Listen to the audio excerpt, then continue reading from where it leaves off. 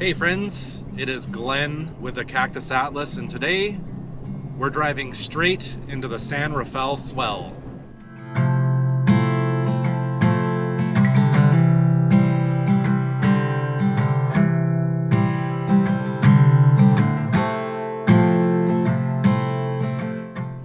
This feature here is the San Rafael Reef, I believe, part of it, and we're driving right through the other side on Interstate 70. We filmed this before, by the way, and I'm almost tracing my footsteps from a video we did a couple years ago. That last trip I made out there just left such an impression in me, the landscapes and everything that I saw, that it's beckoning back to me. And I want to beckon back to you guys with it in beautiful 4K with drone footage to boot. And a much better setup than I had back then. And back then I did it in a Volkswagen Golf, Amy's car. Even driving on the highways out here in Utah, in central Utah, is fun and worth it. So if you're keeping notes, where I'm taking you today is Buckhorn Draw Road, exit 131. Yeah, I'm trying to talk, lady. I'm trying to talk. Thank you. Exit 131. Right onto Buckhorn Draw Road, South Lawrence Road. There you go. She told you. I was also planning on camping back here on this trip, but the weather right now, it's 48 degrees and it's very breezy, so it's chilly out there. And I saw weather reports for one of the nearby towns where there's a weather station predicting 21 degrees tonight, and that is way too cold for what I am prepared for. You know, I kind of almost remember this as just like it was yesterday. I know this landscape here. There's actually a weird point of interest here. It's just known as the Sinkhole. It's fenced off with an old wooden fence. I didn't jump the fence last time to try to look into it, so I don't know if it's like a bottomless pit or just some like small hole in the ground. But guess what I got? I got a drone. And this is one of the things I wanted to do, is just quickly fly the drone over it and see if we can discern how deep this sinkhole actually is. I think I recall birds flying into it last time, so creatures probably live inside. But here you go, folks, the sinkhole. Stop number one on our journey today. First things first, take note of this view. A view I'd be surprised if anyone remembered from the last video, but I think I stood right in this general location and was commenting on how beautiful it is, and I think we're right now under a cloud that's about to move on. You could see the shadow of the cloud moving on the landscape here right in front of me. And all these little like pine trees, cedar or pinyon pine looking things. By the way, I don't think I told you Slim's here for the adventure today too. He's happier because earlier I didn't really challenge him, but don't tell him this road's not that hard. What? Yeah, don't. And here's the mysterious sinkhole that I know nothing about. I've never taken time to research it, nor to see how deep it goes. I'll stand up here on this fence for you and try to raise this up, but short of that, I know another way we can get up over that and take us a look-see here at the sinkhole.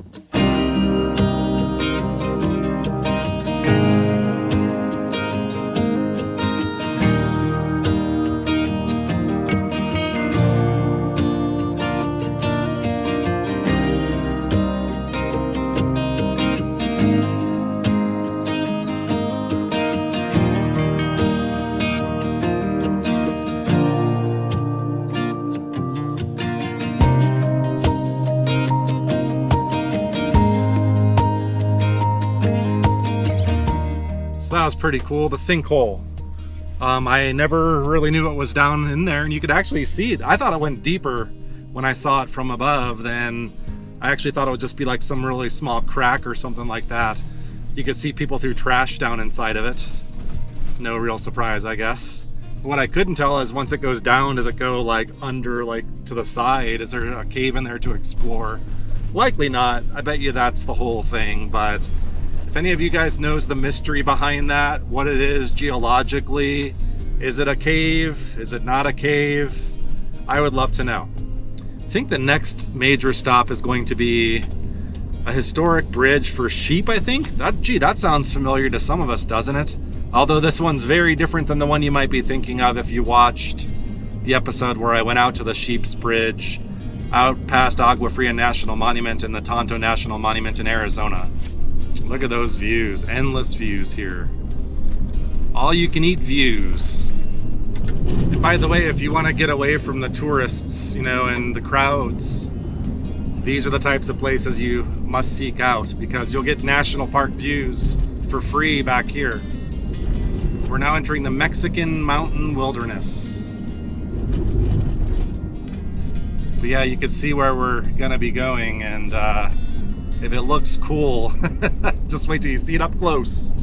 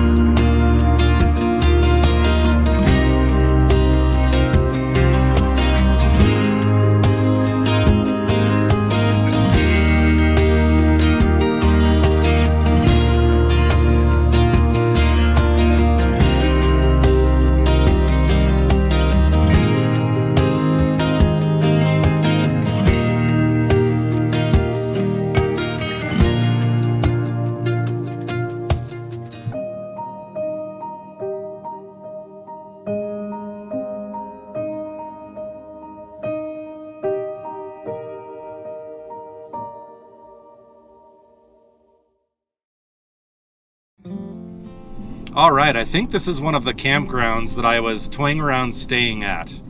If I couldn't get a spot up at the Wedge, but because it's going to be so cold tonight, although the temperature's gone up, it's 54 down here, but up at the Wedge it's going to be a lot less. This was an option, and I just want to check it out because I was curious. Will I have a problem finding a site? Will they be occupied?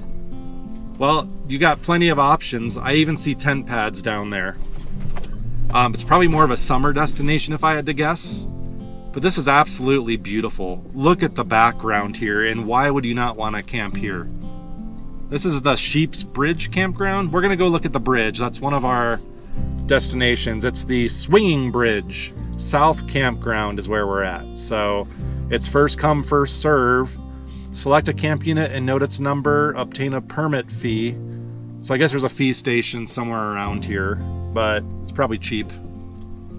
But yeah, they have tent pads, so big check mark for me being a tent camper, trying to camp out in country like this, because oftentimes it's hard to stake your tent in where there's sandstone not far beneath the few inches of soil on top. And with as windy as it gets out here, forget about it. I mean, they even have shaded pavilions, and they're doing what I did Goblin Valley style, like put your tent in there, and it does give you some extra protection, I think, from the wind. I didn't drive through here last time, so this is just kind of a recon mission, and if it wasn't so cold tonight, I would absolutely love to camp out here. Absolutely love it.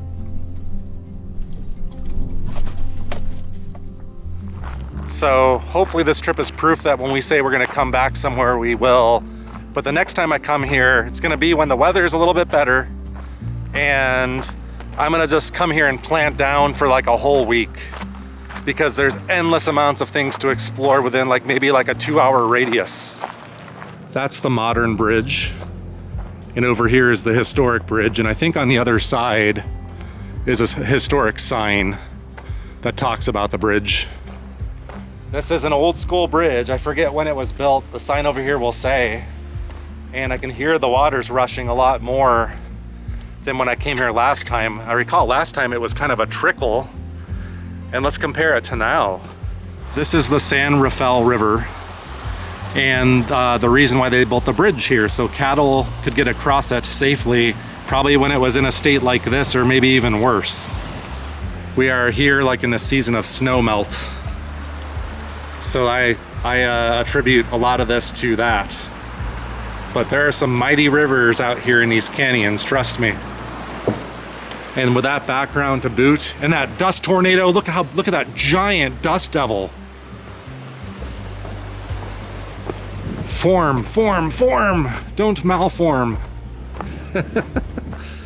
Oh, the sun's a little bit kind of washing it out, but you see the reflection off the river there, and this late afternoon glow on these rocks out here. I mean, I have to say this might be my #1 favorite landscape in America. I'm not gonna call it just yet, but this is my second time here, and sometimes you get, you know, bored of like the same desert landscapes all the time, but this never, ever. They built this thing, it looks like between 1935 and 37, under the direction of the Division of Grazing. And it was a civilian conservation corps that built it. Looks like an early photo when they were building it. The San Rafael Bridge is the only suspension bridge remaining in Utah.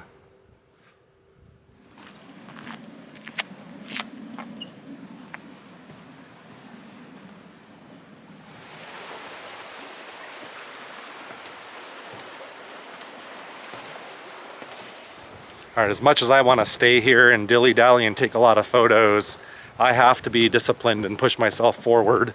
Amy, you're seeing efficiency in action for once, but I still have to do a quick drone flight.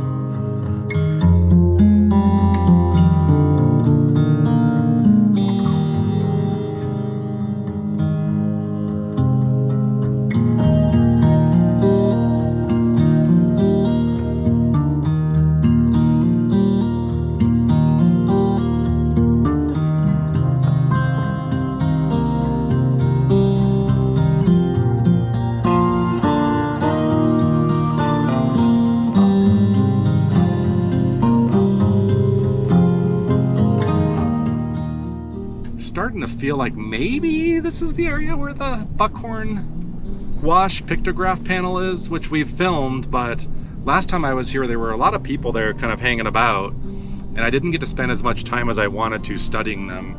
And these are more at ground level, unlike others we saw in Sago Canyon, for example. Those using a drone was a good way to see them, but I want to say around this corner is where the pictographs are. There's a brown sign indicating Cow Canyon, Caliph Canyon, and Pine Canyon that way. That's for another time to explore. I mean, you'd have a whole lifetime of things to do to explore every canyon and every nook and cranny of this country back here. This is it. I was correct. It's very shadowy down here, so I don't know how that's gonna do for how well you could see these things, but this is the Buckhorn Wash Pictograph panel, and there's nobody here at the moment, so I'm going to take advantage of the quiet so I can blah blah blah about what we see. It's kind of spooky here all alone. You see these like ghastly looking figures, human shapes, almost like how if you asked a kid to draw a ghost, like that's kind of the look. And this one, which was either a sadomasochist about to whip somebody, or maybe the Indiana Jones of the time. Or maybe they had like a bionic commando arm, if you remember that video game from my generation. Maybe that's Bionic Commando of prehistoric times. But what is it? Or maybe it's someone grabbing a rattlesnake and slapping somebody over the head with it. And then like, almost like some weird, half snail, half giraffe, hanging out with some guy holding a ball of flame. And some really faded ones. And then they're really like starting to get dark, you know? These people had a dark way about them. They were the goths of their time. Doesn't that remind me of that Salad Fingers cartoon or show from a long time ago? Does anybody remember that? This is weird. Now, as silly as my guesses are, nobody really knows like what the deal is, but they do like suggest things here. Like over here, there are pictographs that have like chipped out their chests, and they're surmising did someone ceremonial release the power of something by doing that, or were they ritually killed? Did they kill people, and for each one they offed, they chipped a hole in the heart or something? Or maybe it was like Mola Ram, and he like took his hand and like jammed in someone's like chest and pulled out the heart here on the top of these rocks, and this was like the altar, you know? I mean, that's some morbid stuff to think of, and I don't think that's what it was. But my point is, like you keep reading, nobody can truly know. So maybe some really strange happenstance made it as such that you had some weird crap going on at that time. So here's an interesting thing about this. Human and snake, a historic connection. Snakes are seen many times on this rock face, but this drawing singles out one snake and one human. Is the arm raised in a greeting, or is the human throwing something at the snake? So it could be a possible like clan symbol, for example. You know, this one here that we already looked at. Anyway, I'm gonna get a few close-up shots with my other camera, and then we gotta keep going, and it is getting frigid out here. It is freezing now that I'm in the shade.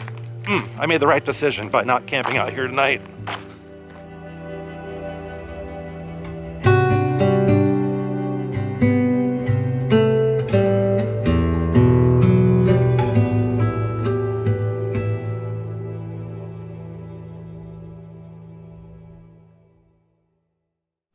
All right, Buckhorn Wash Pictograph panel, you freaky devil, you.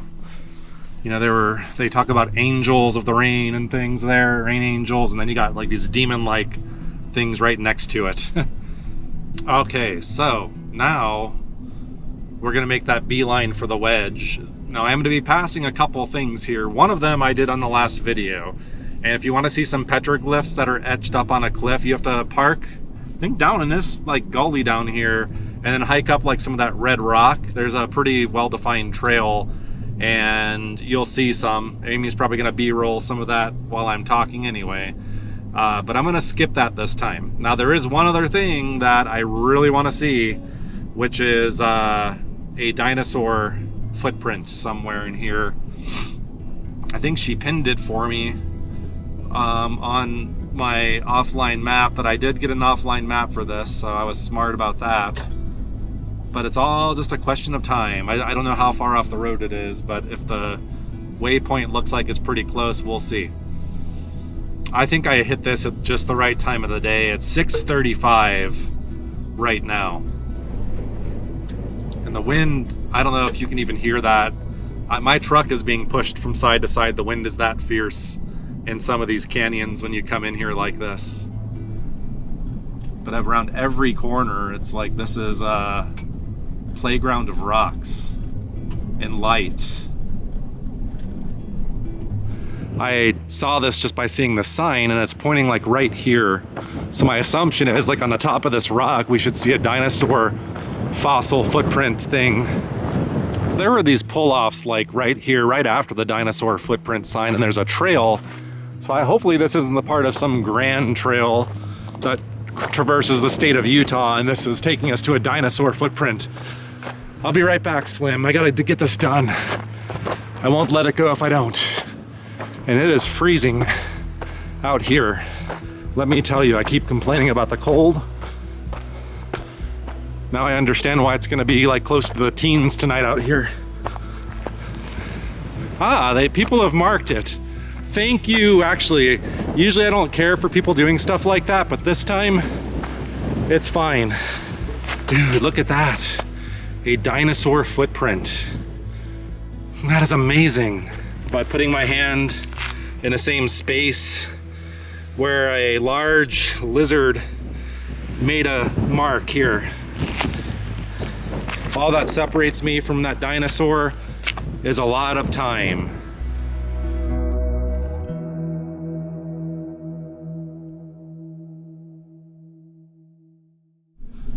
Alright, I'm so pleased that I actually stopped to see that dinosaur track, because that was a missed thing the last time. I just somehow totally missed it. And now we're driving west right into the sun. Oh boy. Once you get through there, it opens up again into this plain. I remember that, and at some point soon we're going to turn left to go towards the wedge. And I think there are signs too that even point you and nudge you in that direction, and that's how I found it last time, I think.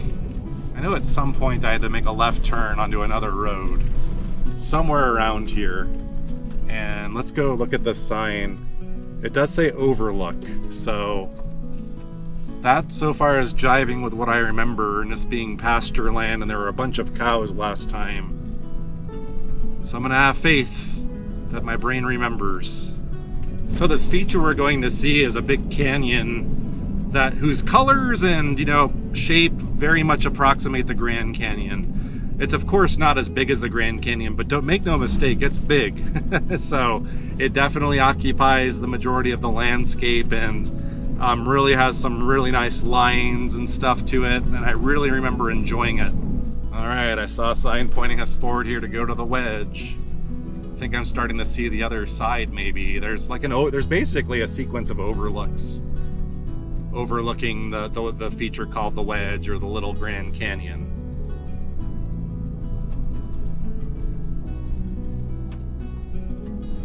You just sense there's something large looming out there beyond those pines here.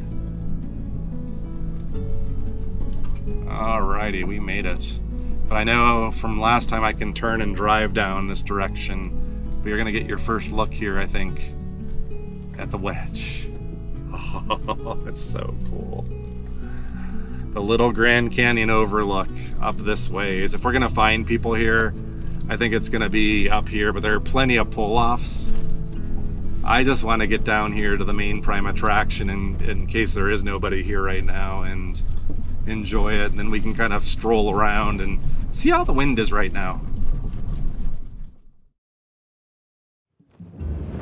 We've traveled far, folks, for this moment, and I'm so glad I didn't let it slip by on this trip. This is the Little Grand Canyon, aka the Wedge.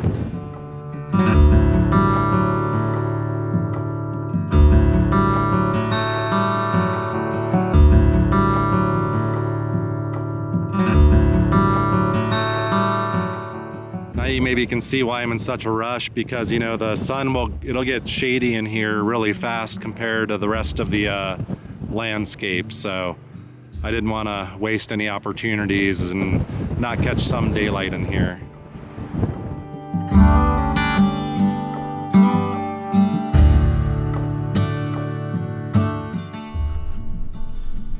All right, a lot of people leaving, so I don't know if the overlook is cleared up now. But you can see not like huge crowds, but not even like it's not unlike the Grand Canyon even at the top here. You know, you have all these like pines and stuff, and that's kind of how the Grand Canyon is laid out too.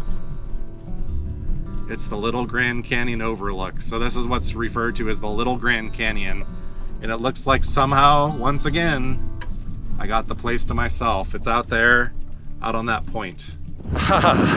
Why don't I think of this more often? That is so much better. Ah, having your head covered makes a big difference. Oof. Windy, windy, windy, cold, cold, cold. Look at this. I think we're here later in the day than last time. But we can literally walk to the edge of the world here.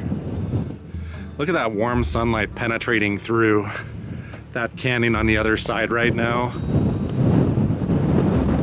And enough views for a lifetime.